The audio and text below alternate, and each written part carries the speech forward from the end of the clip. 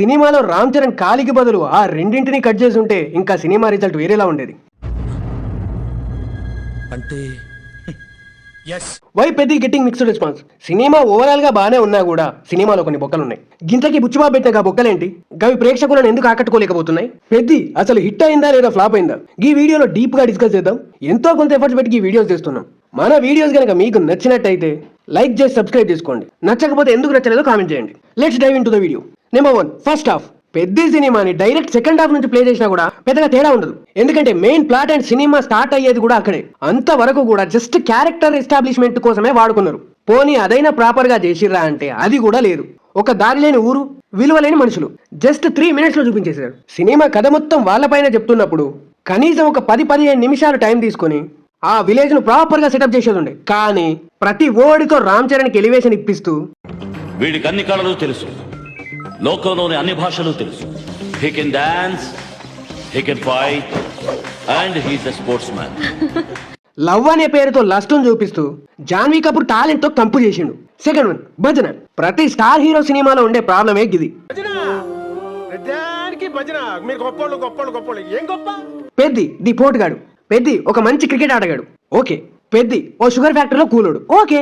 కానీ ఒక కూలర్ లేకపోతే షుగర్ ఫ్యాక్టరీ ఆగిపోవడమైంది. ఒక్క 6 కొడితే 3 గ్రౌండ్ల అవతల పడడమైంది. చూపించండి పర్లేదు, కానీ అది చూపించకండి. ఓకే ఓకే ఓకే, వీటిల్లో మనోడు పోటుగాడు అనుకుందాం. కానీ మళ్ళీ కుస్తీలోకి వెళ్ళాక కూడా ఈడే పోటుగాడు అంటారు. అంటే అక్కడ ఉన్న వాళ్ళందరూ ఎర్రి పప్పలా. ఇది కూడా ఏదో ఎక్స్క్యూజ్ చేసేద్దాం అనుకుంటే చివరికి రన్నింగ్ లో కూడా మనోడే అంటే టూ మచ్.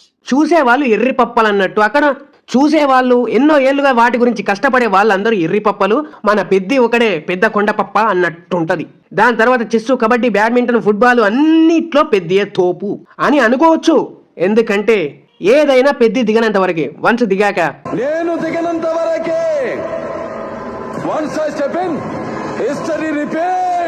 వాడే తోపు, ఎవ్వడు ఉండడు. కుసంతైన లాజికల్ గా ఆలోచించుంటే ఈ రైటింగ్ వేరేలా ఉండేది. థర్డ్ 1, జాన్వీ కపూర్ యాజ్ అచ్చి అమ్మ. ఈ సినిమాలో ఆమె క్యారెక్టర్ ఎట్లుంటదంటే తెలుగులోకి బాలీవుడ్ వాళ్ళని తీసుకొచ్చేదే బట్టలు లేకుండా చూపించడానికి అన్నట్టుంటది. టూ బ్యాడ్ రైటింగ్ అసలు. మరీ దారుణంగా, మరీ ఘోరంగా, మరీ నీచంగా రాశారు. ఏదో హీరోయిన్ పెట్టిందే గ్లామర్ కోసం, వాళ్ళు ఇష్టం వచ్చిన బట్టలు వేసుకొని వాళ్ళ టాలెంట్ వాళ్ళని చూపించుకొని అన్నట్టు ఉంటది. కానీ కొంచెం ఆలోచించాల్సింది బుచ్చిబాబు గారు. ఊర్లలో ఎవరైనా అలా బట్టలు వేసుకుంటారా, అలా తిరుగుతారా అని. ఒక్క సీన్ లో కూడా జాన్వీకి ప్రాపర్ గా ఫైట్ అనేది ఉండదు. హీరో కూడా హీరోయిన్ పట్ల నెగిటివ్ గానే థింక్ చేస్తాడు, నెగిటివ్ గానే కిస్ చేస్తాడు. కానీ మధ్యలో ఒక బొక్కలో సీన్ పెట్టి హీరో చేసింది చిన్నరా, విలన్ చేసింది పెద్దరా, ఇక్కడ హీరోనే సేవియర్ రా అన్నట్టు చూపించి ఒక జస్టిఫికేషన్ ఇచ్చి ఇది ఒక మిస్కమ్యూనికేషన్ అని మనకు ఇంప్రూవ్ చేస్తాడు. దిస్ ఇస్ టూ బ్యాడ్ అసలు. పచ్చిగా చెప్పాలంటే ఈ సినిమాకి జాన్వీ కపూర్ అవసరం లేదు, అసలు హీరోయినే అవసరం లేదు. ఏదో పెట్టాలని పెట్టిర్రు, చూపించాలని చూపించారు అంతే. And third 1, vulgarity. ఈ సినిమాలో లిటిల్ బిట్ ఆఫ్ వల్గారిటీ కూడా ఉంటుంది. అది నేను చెప్పలేను, సినిమా చూసి మీరే తెలుసుకోండి. అది కూడా చాలా చెత్తగా ఉంది. దాన్ని ఫస్ట్ తీసేస్తే కొంచెం ఫ్యామిలీ ఆడియన్స్ రిలాక్స్ గా సినిమా చూసుకోవచ్చు. And fourth 1, emotional connectivity. సినిమాలో జగపతి బాబు గారి క్యారెక్టర్ ఉంటుంది. ఆయన మేక్ ఓవర్, ఆయన డైలాగ్ డెలివరీ, ఆయన యాక్టింగ్, ఆయన స్క్రీన్ ప్రెసెన్స్ అన్ని చాలా అంటే చాలా బాగుంటాయి. కానీ దానికి మనం కనెక్ట్ అయ్యే టైమే ఉండదు. ఒక ఎమోషనల్ సీన్ పడుతుంది, కనెక్ట్ అయ్యే లోపే ఒక చెత్త సీన్ పడుతుంది. మళ్ళీ ఒక ఎమోషనల్ సీన్ పడుతుంది, మళ్ళీ కనెక్ట్ అయ్యే లోపే ఇంకో సీన్. సెకండ్ హాఫ్ లో చరణ్ అండ్ శివన్న మధ్య ఒక మంచి సీన్ పడుతుంది. చాలా టూ గుడ్ అనిపిస్తుంది రైటింగ్ అయితే. ఆ సీన్ ని ఫీల్ అయ్యే లోపే ఐటెం సాంగ్ పెట్టి కంపు చేస్తాడు. ఇలా ఒక్కో సీన్ ని ప్రాపర్ గా సెటప్ చేయకుండా, కనీసం దానికి కొంచెం టైం ఇవ్వకుండా చెడగొట్టారు. And fifth 1, the major problem is deviations. సినిమాలో మల్టిపుల్ ఐడియాస్ ఉంటాయి. ఓసారి క్రికెట్ అంటారు, ఓసారి డ్రామా అంటారు, ఓసారి కుస్తీ అంటారు, ఓసారి ఇలా ఉండడం వల్ల దేనికి మనం సరిగ్గా సింక్ అవ్వవు. ఈ సినిమాలో మెయిన్ గా దెబ్బ కొట్టింది కమర్షియల్ యాంగిల్. ఈ సినిమాకి కమర్షియల్ ఫార్మేటే అక్కర్లేదు. ఇది మొత్తం డ్రామా అండ్ స్పోర్ట్స్ మీదనే నడిచే సినిమా. డ్రామాకు కూడా పెద్ద స్కోప్ ఉండదులేండి, అది పక్కన పెట్టండి. సినిమా మొత్తం స్పోర్ట్స్ పైనే డీల్ చేసి ఉంటే కథ వేరేలా ఉండేది. కానీ కమర్షియల్ యాంగిల్ పెట్టి, అడ్డమైన ఐటెం సాంగులు పెట్టి కంపు చేసి మన ముఖాన మింగుతారు. పెద్దగా మాట్లాడితే ఈ సినిమాలో క్రికెటే అక్కర్లేదు, డైరెక్ట్ కుస్తీ నుంచి స్టార్ట్ చేయొచ్చు. ఇలా డీవియేషన్స్ పెట్టడం వల్లే సినిమా సంక నాకిపోయింది. And 6th 1, some characters. సినిమాలో రావు రమేష్, జాన్వీ కపూర్, రామ్ బుజ్జి అస్సలు అవసరమే లేదు. ఎందుకు పెట్టిర్రు? జస్ట్ స్క్రీన్ టైం దొబ్బించడానికి, సినిమాని 3 గంటల పాటు నడిపించడానికి, మనం ఇరిటేట్ చేయడం కోసం మాత్రమే వాళ్ళని పెట్టిర్రు తప్ప ఎందుకు అవసరం లేదు. సినిమాకి main pillars Shivanna and Ram Charan మాత్రమే. గట్టిగా మాట్లాడితే జగపతి బాబు కూడా అంత అక్కర్లేదు. ఏదో ఎమోషన్ పండించాలి, పిర్ర గిల్లాలి, ఆడియన్స్ నేర్పించాలన్న మైండ్ థాట్ ప్రాసెస్ లో పెట్టారు తప్ప వాళ్ళకి పెద్దగా స్కోపు లేదు, అందులో వాళ్ళు అక్కడా లేదు. 7th 1 is liberty. To be frank భయ్య, సినిమాలో ఎక్కడ లాజిక్ అనేది ఉండదు. సినిమాలో బోమన్ క్యారెక్టర్ ఉంటుంది, అది స్టార్టింగ్ మొత్తం కొండ ఎక్కుతూ వెళ్తారు, క్లైమాక్స్లో ఒక లాజిక్ ఇచ్చిండు పర్లేదు. కానీ స్పోర్ట్స్ డిపార్ట్మెంట్లో ఉన్న ఆయనకే పెద్ద ఎవరో తెలీదా? ఇంటర్నేషనల్స్ దాకా వెళ్ళి ఇండియా గోల్డ్ మెడల్ తెచ్చిన పెద్ద ఎవరో ఆయనకు తెలీదా? ఆఫ్టర్ ఆల్ ఒక ఊర్లో కూలోడు చెప్తేనే ఆయన తెలుసుకుంటాడా? ఇదేదో మా దేవర కథ తెలియాలి అన్నట్టు పెట్టారు తప్ప చాలా వరకు సింక్ ఉండదు, లాజిక్ ఉండదు. హీరో ఊరుకు మల్టిపుల్ ప్రాబ్లమ్స్ ఉంటాయి, గుర్తింపు ఉండదు, రైలు ఆగదు, వాళ్ళని మనుషుల్లా చూడరు, ఇదంతా ఓకే. ఏదైనా ప్రాపర్గా డీల్ చేయొచ్చుగా. మీరు రైలు కోసం పోరాడారా లేదా గుర్తింపు కోసం పోరాడారా పర్ఫెక్ట్గా ఎస్టాబ్లిష్ చేయొచ్చుగా. ఇలాంటివి చాలా బొక్కలు ఉంటాయి సినిమాలు. And 8 1 is length.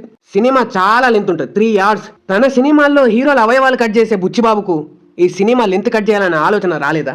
ఈ సినిమాని ఈజీగా 2 hours కు ట్రిమ్ చేయొచ్చు, కానీ మీరు చేయలేదు. 3 hours పెట్టి అడ్డమైన కంపు చేశారు. And 9th one is writing. రైటింగ్లో చాలా బుక్కలే ఉన్నాయి, కొన్ని బాగుంటాయి, చాలా అంటే చాలా బాగుంటాయి, కానీ ఎక్కువగా బొక్కలే ఉంటాయి. నేను షార్ట్ వీడియోలో చెప్పా, ఒకే పడవలో వెళ్తే కనీసం ఒడ్డుకు చేరుకునే ఛాన్స్ ఉంటుంది, 2-3 పడవల ప్రయాణం చేస్తే అక్కడే మునిగిపోతామని. ఎగ్జాక్ట్లీ అదే జరిగింది. సినిమాని ఒకే వేలో తీసుకెళ్ళి ఉండాల్సింది, కమర్షియల్ యాంగిల్లో తీసుకెళ్ళి ఉండాల్సింది, లేదా డ్రామా యాంగిల్లో తీసుకెళ్ళి ఉండాల్సింది, లేదా స్పోర్ట్స్ యాంగిల్లో తీసుకెళ్లాల్సింది.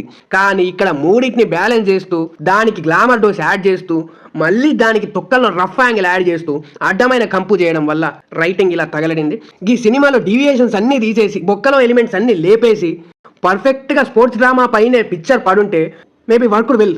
కానీ అడ్డమైన కంపు చేయడం వల్ల అరాకొరాగా మిగిలిపోయింది. వీడేంటి తెగ ఫీల్ అయిపోయాడు. ఈ సినిమాని అంతో ఇంతో సేవ్ చేసింది ఎవరన్నా ఉన్నారంటే రామ్ చరణ్. ఆయన వల్లే ఈ సినిమా యావరేజ్ గా మిగిలింది, లేకపోతే ఎప్పుడో అస్సాం అయి ఉండేది. రామ్ చరణ్ మాత్రం ప్రాణం పెట్టేసరికి సినిమా కోసం. సినిమా కూడా టెక్నికల్లీ సాలిడ్ ఉంటుంది, మేకర్స్ చాలానే కష్టపడ్డారు, అది మనకు స్క్రీన్ మీద తెలుస్తూ ఉంటుంది. కానీ వాళ్ళు ఎంత కష్టపడ్డా కూడా సినిమాలో దమ్ము లేనప్పుడు పెద్ద ఉపయోగం ఉండదు.